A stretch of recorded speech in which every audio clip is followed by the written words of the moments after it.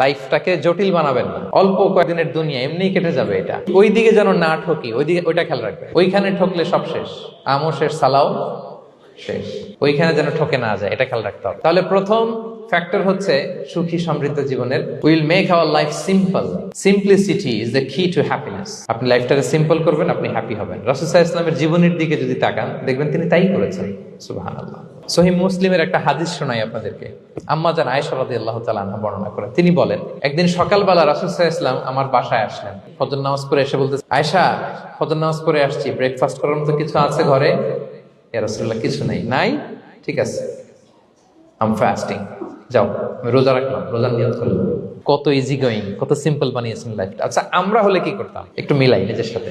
সাধারণত আমরা যেটা করতাম, আমরা অনেকে রেগে যেতাম। প্রিয় ভাইরা, ঘরে কিছু নাই মানে তুমি আগে জানাবা না আমাকে? হ্যাঁ, গত রাতে বললে তো কিছু নিয়ে আসতে পারতাম। সাধারণত এইভাবেই তো রিয়েক্ট করি আমরা। আগে জানাবা না কেন, আগে বলো নাই? রেগে যেতাম। অথবা বলতাম, আচ্ছা ঠিক আছে, এখন যে একটা কিছু ব্যবস্থা করি, দেখি কিছু পাওয়া যায় কিনা। এরকম অনেক ওয়ে খুঁজতাম। কিন্তু রাসূল সাল্লাল্লাহু আলাইহি ওয়াসাল্লাম এই কোনো অপশন না নিয়ে বললেন, okay, there is no food for breakfast, I am gonna fast ফাইন্নী সাইম। ঠিক আছে, খাবার যখন নাই, আমি রোজাই রেখে দিলাম। সুবহানাল্লাহ।